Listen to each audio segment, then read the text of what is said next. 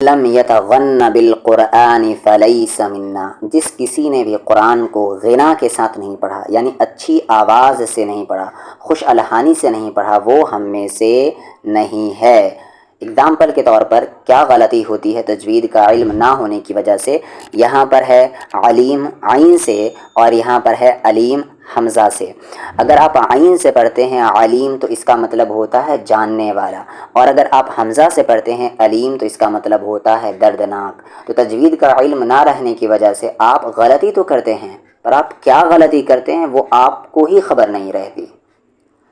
آج کے سبق سے ہمارا اسٹارٹ ہو رہا ہے مخارج، جو سب سے امپورٹنٹ ٹاپک ہے، جس کے بارے میں حضرت علی رضی اللہ عنہ نے کہا ہے ہوا تجوید الحروف و معرفت الوقوف، یعنی حروف کو تجوید کے ساتھ پڑھنا اور وقوف میں ماہر ہونا کہ کہاں پر رکنا ہے اور کہاں پر نہیں رکنا ہے، اسی کا نام ترتیل ہے۔ تجوید القرآن یعنی قرآن کی تجوید تین کیٹیگری میں ڈیوائیڈڈ ہے۔ پہلا ہے مخارج، دوسرا ہے صفات اور تیسرا ہے وقف۔ مخارج میں کیا کیا ہے یہاں پر دیکھ لیتے ہیں۔ مخارج جو ہے مخرج کا پلورل ورڈ ہے، مخرج کا پلورل ورڈ ہے، اور مخرج کا مطلب ہوتا ہے ایگزٹ، جس جگہ سے حروف نکلتی ہے، یعنی حروف جہاں سے نکلتی ہے اسے ہم کہتے ہیں مخرج، اور مخرج کا پلورل ورڈ ہے مخارج، یعنی ایگزٹ ہوتا ہے اس کا مطلب۔ تو 5 جگہ سے حروف کی ادائیگی ہوتی ہے، یعنی عربک میں جو 29 لیٹر ہے یا 28، تو ان کا جو مخرج ہے یعنی ان کا جو ایگزٹ ہے وہ 5 جگہ سے ہوتی ہیں، چاہے وہ جوف سے یعنی منہ کے خالی حصے سے، چاہے وہ حلق سے نکلیں گی یعنی حلق کا 3 حصہ ہے وہاں پر آگے آئیں گی، چاہے لسان یعنی ٹنگ سے نکلیں گی، چاہے شفتان یعنی لپس سے نکلیں گی، چاہے خیشوم ناک سے نکلیں گی۔ تو مخارج کتنی جگہ سے ہوں گی؟ 5 جگہ سے۔ اسی طریقے سے اگلا جو تجوید کا ٹاپک ہوتا ہے صفات۔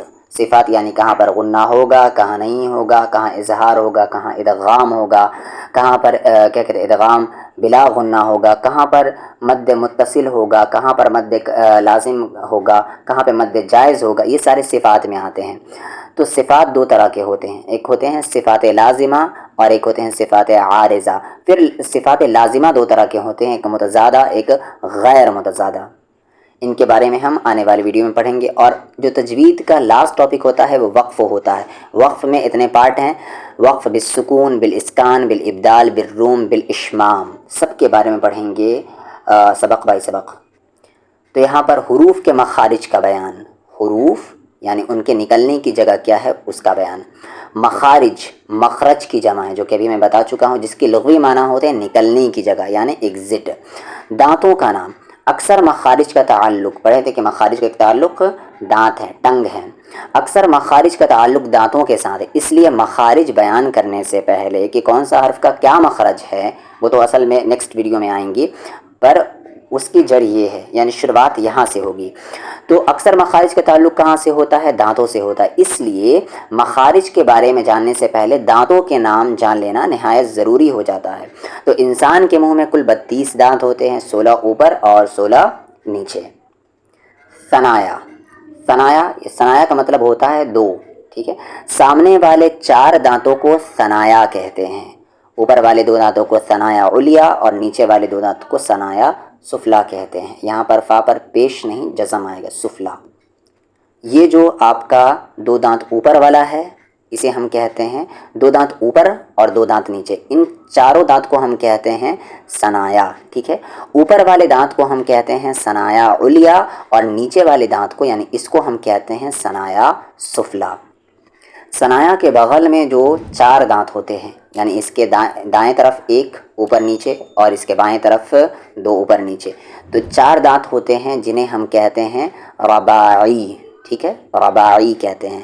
یہ رباعی ہے، یہ رباعی ہے، یہ رباعی ہے اور یہ رباعی ہے، یعنی ثنایا کے بغل میں اوپر نیچے دائیں طرف جو دانت ہوتے ہیں اسے ہم کہتے ہیں رباعی، اور 4 ہیں تو رباعی تو یہ سنگولر ورڈ ہو گیا، تو 4 ہیں اس لیے ہم اسے رباعیات کہتے ہیں یا قواطع بھی کہتے ہیں۔ تو یہاں پر دیکھ لیں رباعی، ثنایا کے ساتھ اوپر نیچے دائیں بائیں ایک ایک دانت کو رباعی کہتے ہیں، ان چاروں کو رباعیات یا قواطع بھی کہتے ہیں۔ اب دوسرا ہے انیاب، واحد ہے ناب، واحد اس کا کیا ہے؟ ناب. اس کا ناب کا مطلب ہوتا ہے نوک والا.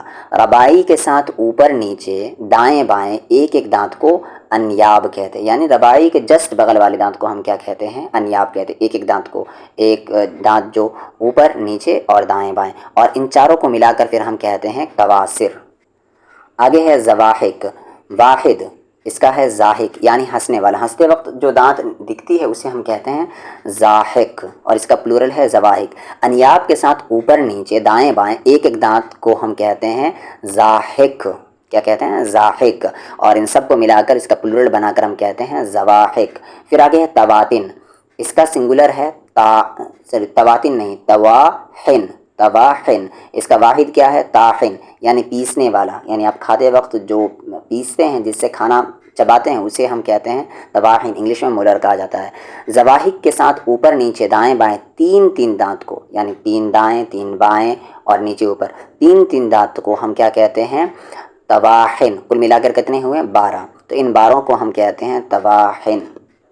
آگے ہے نواجز. اس کا واحد ہے ناجز یعنی پکڑنے والا. تواحن کے ساتھ اوپر نیچے دائیں بائیں ایک ایک دانت کو ہم کیا کہتے ہیں؟ ناجز. اور ان چاروں کو ملا کر ہم کہتے ہیں نواجز. وضاحت کیا ہے؟ زواحق، تواحن اور نواجز کو ہم اضراس اور ضروس بھی کہتے ہیں، اور ان کے علاوہ جو دانت ہے اسے ہم اسنان کہتے ہیں. اور یہ نورانی قاعدہ کے لاسٹ پیج پر تھا، میں نے اس کا پکچر لیا ہے. مخارج اور حروف کا نقشہ. میم با واو فا کے بارے میں تو آگے بتاؤں گا میں. یہاں پر دیکھ لیں، اوپر کے سامنے والے کے دو دانت کو ہم کیا کہتے ہیں؟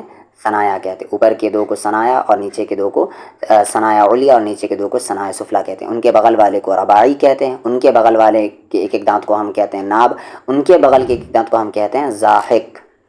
اور ان کے بغل کے تین تین دانت کو ہم کہتے ہیں طاحن، اور ملا کر تواحن کہتے ہیں. اور لاسٹ جو ایک دانت بچتا ہے اسے ہم کہتے ہیں ناجز. انشاءاللہ اس کے اگلے ویڈیو میں سارے حروف کا مخرج آئے گا کہ کون سے حروف کا مخرج کیا ہے، یعنی ایگزٹ کیا ہے.